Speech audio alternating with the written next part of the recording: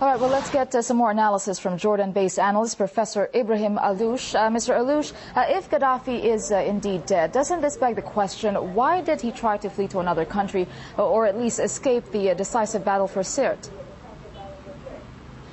Well, let's admit the fact that Gaddafi stood up and fought to the last breath, just like he said that he would.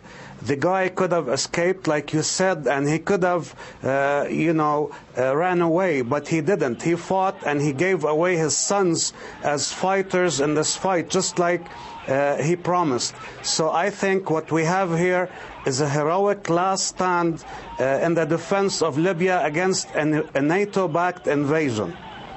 Okay, what will happen now to the remaining pockets of resistance? Do you think a new loyalist leader will emerge, or do you think the fight is well and truly over right now? I think what we'll have is a rerun of the scenario in Iraq. In Arab history, every time we had a leader fall, he has set an example for thousands of followers.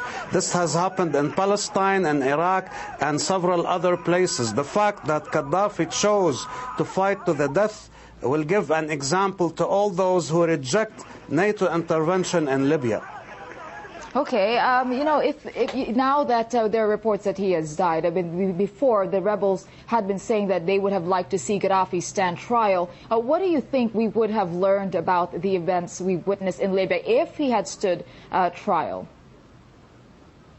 I think we have to take heed of the fact that he was caught wounded, and this was shown on Arab TV. Many channels have shown TV clips of Gaddafi wounded, drenched in blood, and he was assassinated after he was caught wounded.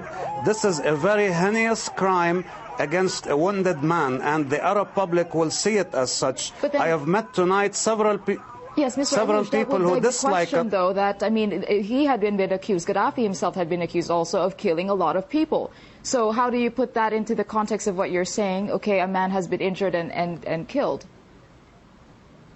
I think we have to put things in perspective. This is a political fight against a NATO-led invasion, and nobody today, whether in Russia or the rest of the world, especially the Arab world, has any doubt anymore that what we have in Libya now is not revolutionaries, but NATO stooges. Okay, let's talk about the reports. Mainstream media very quick to jump on reports of Gaddafi's death, and a lot of them calling it a spectacular victory. Do you think that's justified? I think it's a very sad day for all people around the world who oppose foreign hegemony. If you are anti-imperialist, if you are for independence, and if you are for the liberation of the third world from imperialism, then this is a very sad day for you indeed.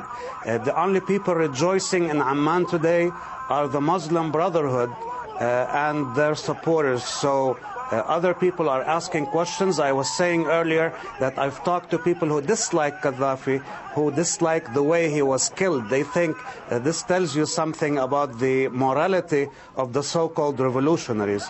He should have been at least given proper medical treatment and should have been given a proper trial. At least if you claim to be democratic and a supporter of human rights, then you are setting a bad example for the kind of rule that is to follow in the future. And mind you, Gaddafi was not the only one killed that way. Many of his lieutenants were killed the same way. And we have many people coming out on the Arab media saying that many were caught, including the defense minister of the Gaddafi regime, and killed just the same way. All right. Well, thanks very much indeed for your thoughts there. Jordan-based analyst Professor Ibrahim Allouche. Thank you.